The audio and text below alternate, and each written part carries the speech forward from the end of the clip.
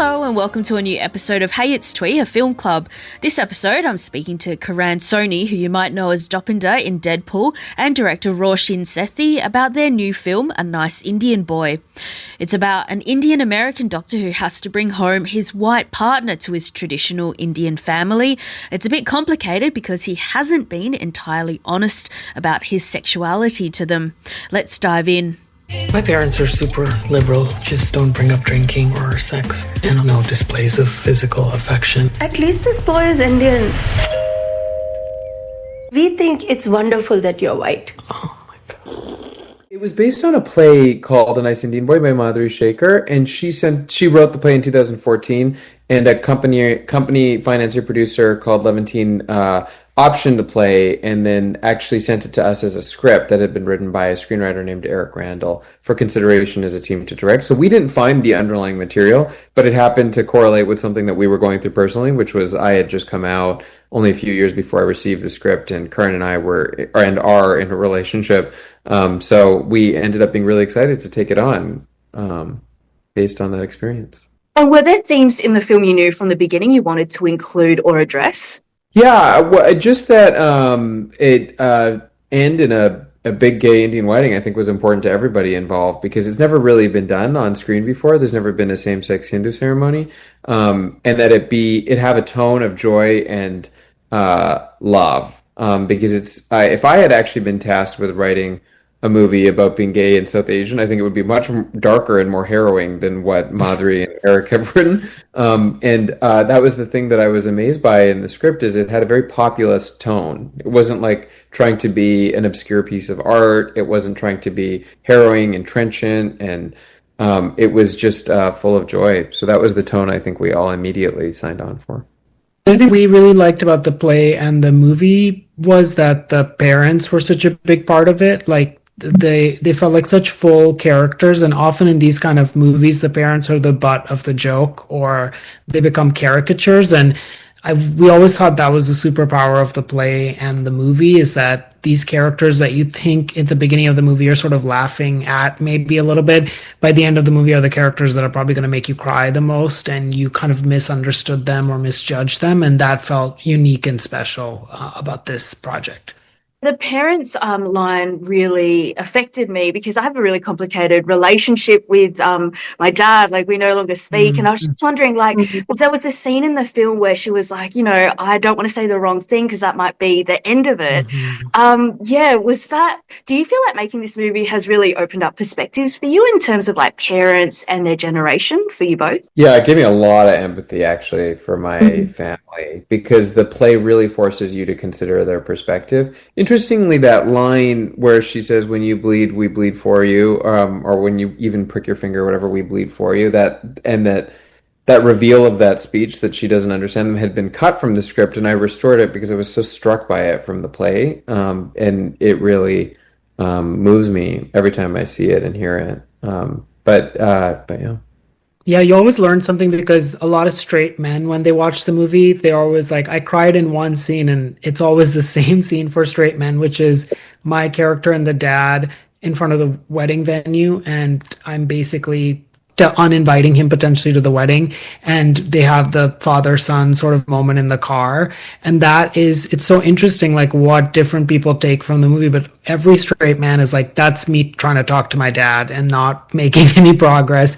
And there's always very interesting, like different people's experiences with their families, gay, straight, men, women, whatever it is, they find different scenes that are all sort of related to the parents, which is kind of cool. One of my favorite scenes is when Jay starts cooking with your dad in the movie, and he starts adding dates to the meal, or suggests it, and then he ends up adding it. And this movie so much. And was there a scene for you both that you found really affecting?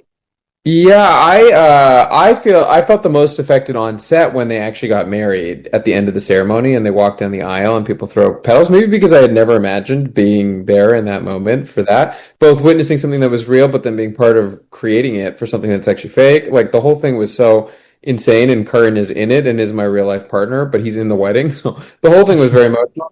Watching the movie, I find myself not really affected by that part at all, actually. So it wasn't like the on-set experience. The part that affects me is always the same scene, which I think you just mentioned, where Jonathan and Harish Patel, who plays Karan's dad, are cooking together. That for some reason that scene always really gets me. For me, performing, it was the scene where there's the first proposal at the accidental one. That one was always because it felt like this character so rarely was showing emotion, and in that scene he goes from being so quiet and repressed to literally expressing the highest level of love, which is to ask someone to marry them.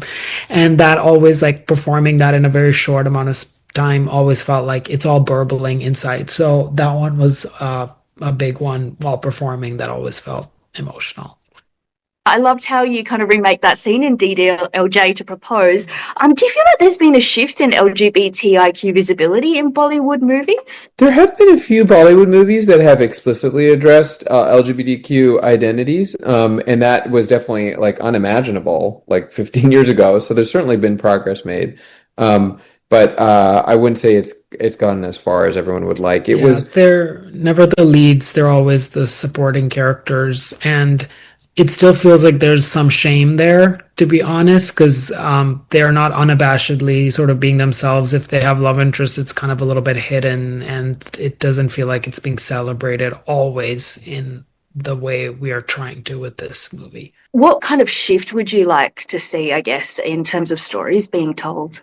Yeah, I think that hopefully there would be a move towards more LGBT content. There is quite a bit of it actually in the independent film scene, but not as much in mainstream Bollywood, out of a sense of fear. But I'm assuming that's behind it. But India is a rapidly changing place. It was illegal to be gay technically until 2018. That penal code was overturned. That penal code, interestingly, was inherited from the British, who brought Victorian morality to India, where laws against homosexuality and even against being transgender didn't exist prior to the British arriving. Now there's a big movement underway to legalize gay marriage, and I feel that it will happen in the next decade in India. So India is just rapidly changing, and hopefully the arts will reflect that. Sometimes it feels like the arts are meant to be a mirror to society, but they actually often lead society, and we sometimes forget that. A lot of the critical gay representation in American cinema and TV is the reason I think that we were eventually led to gay marriage. I think the Ellen DeGeneres show and Will and Grace both had a huge impact on being gay in America before any of those things were legal. My sister-in-law married an Indian man, and the ceremonies were so beautiful and colourful. And like you said, the part with guiding the two men around the fire under the mandap. Yeah. You said, I think it was the first time in a ceremony had been portrayed like this in a movie. How Yeah. did it feel being able to put that on screen and filming it for you both? Felt amazing. I think the hardest part of it was just finding a pundit who was willing. A pundit is the Hindu equivalent of a priest. The word pundit actually means priest, and it's made its way into the English language to mean something else. But we had a tough time finding a pundit who was willing to help us tailor the Hindu ceremony to a gay couple, and experienced a bit of homophobia in Canada. I actually had a pundit text me the F word, which was crazy. But we eventually did find someone who was willing to help us, and the ceremony that you see is adapted from what a real Maharashtrian Hindu ceremony would look like. But it was really difficult. It was actually the thing that stressed me out the most, because I'm not a priest and I don't know what they're up to around that fire, what they're chanting, what they're throwing, which directions they're moving. I wanted it to be authentic. Then when I received that text from the priest, I thought, what do I care? If they're rejecting me, what do I care about safeguarding their traditions when their traditions have just led them to hate? But then I ended up finding, in the directing of it at least, a balance where it is actually, I think, very authentic, but it brings it into the new world. And that's how cultures work. Every single culture in history has adapted and readapted and readapted and readapted, and all the things that we hold as being ancient are actually an amalgamation of a million different movements and fights and struggles, and nothing is like homogenously carried down from antiquity. You mentioned, I think, in the director's statement that you're getting married in a few months. Yeah. Congratulations. Yeah. Congratulations. We're going to go News to to a me. courthouse. Yeah, no, it's not news to court. We're going to go to a courthouse, and then Yeah. we're going to just get married like in a very low-key way. I love that. That's so romantic. Like, yeah. Yeah. Like, Yeah, We don't wanna we're do the definitely big not stuff. doing a big Indian wedding. We both I was gonna say. didn't want to do that, and then we made this movie, and then it was very much made clear for us that we're good. It seems Oh. too Yeah, stressful. good. in creating your character, I was just wondering if you, had personal experiences that you brought to the role. Yeah, for sure. I came out when I was 19 and I played this part when I was 34. So there had been a long time since a lot of the things, not that it's a coming out story, but the characters in this other phase of coming out, which is he said he's gay, but he's just not been gay openly with his family and friends in many ways, which is he's still closeted in some parts. And so that part was, it's been a while since I had been in that situation, but all those feelings came back very easily because it was such a big part of my existence for so long. And then the challenge with this part was how to show all of that, how to show that he has these emotions, but not show them too much because then he would be expressing them. So it was always this delicate balance. And Roshan really helped with that. And sort of like, you have to trust, that you're actually kind of doing less acting than maybe you would be otherwise. And then you have to trust that on the monitor, the director is like, oh, it's reading that, like, you can see clearly what this character wants. Like, one of the hardest scenes for me was the first date scene where we're at the bar and the character having to show that he's falling for this guy, but he's also really scared of this guy and how open he is and like all of that in the same scene without saying what he wants. And so Roshan really helped sort of guide through that of being like, oh, you're showing a little bit too much here, or you can pull back there, or maybe that's a little bit too cold. Like you can kind of find the balance. And that was really a fun challenge with something like this. And Karen, you played a version of Spider-Man in Across the Spider-Verse. Pav, will you be in the next one? And can you tell us anything about it? Can't say anything about the next one. I hope I'll be in the next one. They have not read the script or anything, but even if I had, they would not let me say it. So, but I was such a fan of the last one. Actually, when we were making A Nice Indian Boy in Vancouver, the movie just had come out in theaters while we were filming. So we all went to go see it. So that was really fun as a cast. I made them go see me on the big screen. What's next for you both in terms of filmmaking and where you want to go next? I'm directing an action movie with Michelle Yeoh, actually. That is a really crazy script that I wrote about a doctor who's an action hero. Yeah, just let's sit with that. And then I'm doing a lot of TV. I have just the show for Netflix called The Burrows that'll come out probably in the next 6 months or so. And then I'm going to start working on another show that hasn't been announced yet that I fly out tomorrow to start shooting. Have you had the chance to show A Nice Indian Boy in India or to the Indian community? And what was their reception like? Yeah, it feels like aunties across America have watched it. It will be released in India. I don't know when. There is an Indian distributor who is working with the censorship board right now, which has not many cuts, and it's apparently not a big deal to get it past them. And it was supposed to have a theatrical release. I will say, I think it's just been pirated across India already, because I keep getting tagged by people like villages watching movies like on USB sticks and shaky footage. And there's this thing called The Box in North America that streams Indian content, and the movie is like illegally on The Box. So I don't know, they pirated it, and at first I was like, should we stop them? And then I was like, they're gay in India, so just let them live. So now I'm doing nothing. But in Australia, people should go to the movie theater to watch the movie. Don't pirate it, Australia. July 10th. Yeah, it actually is just a movie that's better to watch in theaters. And I don't say that insincerely or just because we're involved with it. It just literally is. And it's hard to have those experiences with other people where you're laughing and crying together. And it's actually a biological imperative, I'll just say as a doctor for a moment, that we laugh together, not alone, but together. So I think it's important to see it in theaters if you can. For young people in India or across the world watching this, what kind of message do you hope they'll get?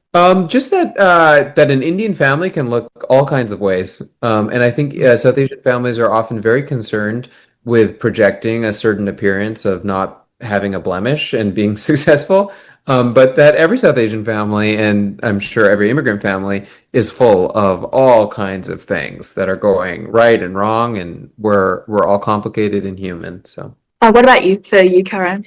I think like what was special for both of us was that the movie is a joyful movie. It has a happy ending, and often in gay stories or movies, it can sometimes be about the trauma or the sadness of things. And then this movie has the final image where two men are getting married in an Indian ceremony, which you don't really see on screen. And so many Bollywood movies, so many Hollywood movies are wedding movies that end with a straight couple getting married. And so to have the image of these two men doing it, I hope is like something that kind of gets people excited and hopeful if they want to one day have that, or just even see that image in a movie, because you're so used to, as a queer person, just seeing one kind of couple. And so that is sort of exciting. And then I think also there's so many more interracial couples now. And so I feel like we need more stories in general about like cultures mixing and marriage and all the stuff that comes with that. Because I think that's what's kind of unique about the movie too. So which one of you is the bride? Oh, Dad, yeah, that's not how it works. I'm Hey It's Toy across Instagram, TikTok and Substack. Thanks so much for listening, and I'll see you next time.